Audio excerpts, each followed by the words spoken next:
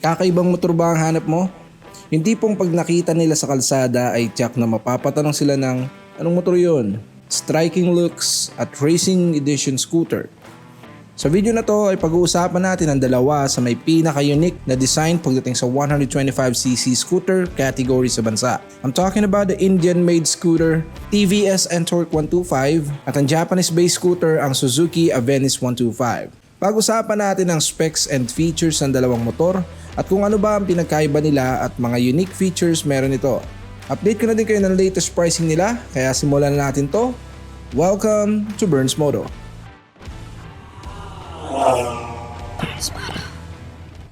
Una sa listahan ng 125cc workhorse scooter ni Suzuki ang Avenis 125.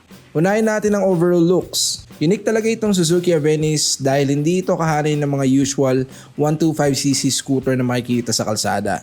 Parang robot na may dalawang mata sa taas at minsan na may napagkakamalang mukha ng donkey dahil sa placing ng headlights at signal lights nito. Bulky at muscular ang design ng body habang ang kanyang fuel cap ay wala sa gilid o sa loob ng compartment kundi nasa likod. Ibang klase, di ba? Meron din itong 4-stroke, single cylinder, single overhead cam, 2-valve engine type. May bore and stroke na 52.5 by 57.4 mm. Malakas ang makina na may 6.4 kW at 6,750 RPM.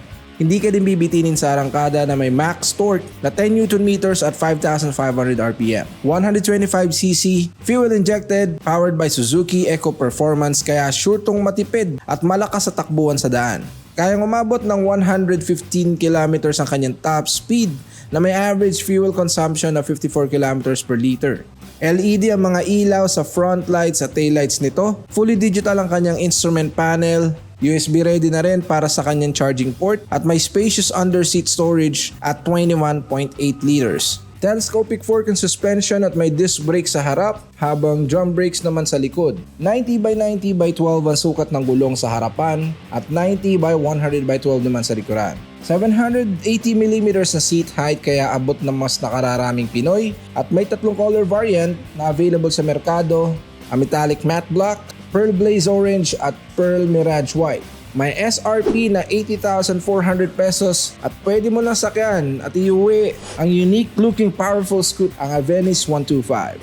Next on the list ang bagong entry ng TVS sa 125cc segment, ang Ntorq 125. Galing sa India ang motor na ito at isa ito sa mga unit na dapat mong i-check kung naghahanap ka ng bago at unique na scooter. Malakas ang dating sa design at hindi papahuli sa performance lalo na race edition ang nilabas ng variant TVS dito sa Pilipinas. Bulky ang body looks na agaw pansin sa kalsada at may malapad na footboard sa harapan. Ibang klase ang dating nito na head turner ang front lights na sinabay nila sa pag-divide ng two-tone color combination. Madaming nahakot na award ang motor na ito sa Indian National Rally Championship kaya sign ito na hindi biro ang race edition emblem sa motor na ito. Ito din ay may TVS Smart Connect feature para ma-access ang advanced fully digital instrument panel na may 60 plus unique features. 125cc sa papel na may 4-stroke, single cylinder, 3-valve na unique para sa 125cc class at single overhead cam air-cooled engine. Fuel injected na may max power na 7 kW at 7,000 RPM at may peak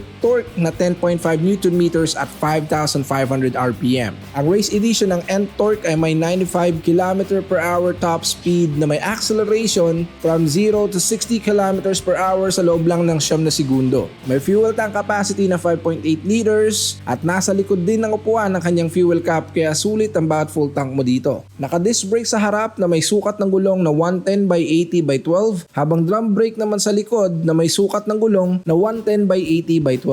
May available color na matte black, metallic black at metallic red kaya madami kang choices sa pormahan dito. May SRP na 80,900 at pwede mo lang iuwi ang Indian racing scooter ni TVS, ang Ntorq 125.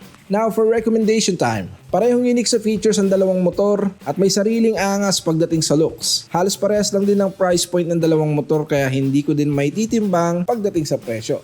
I recommend the Suzuki Avenis 125 kung gusto mo ng seasoned brand na matatag na sa Pilipinas for maintenance and repairs. Siyempre Japanese Big 4 ang Suzuki kaya isa din ito sa pwede mo maging consideration. Kung gusto mo naman sumubok ng bago at isang unit galing India, hindi ka na dehado sa TVS N-Torque 125 dahil sa bansa pa lang nila ay madami ng pinatunayan ng motor na ito. Isa din sa mga pwede mong i-consider na 3-valve ang motor na ito for 125cc na talaga namang promising and performance sa daan.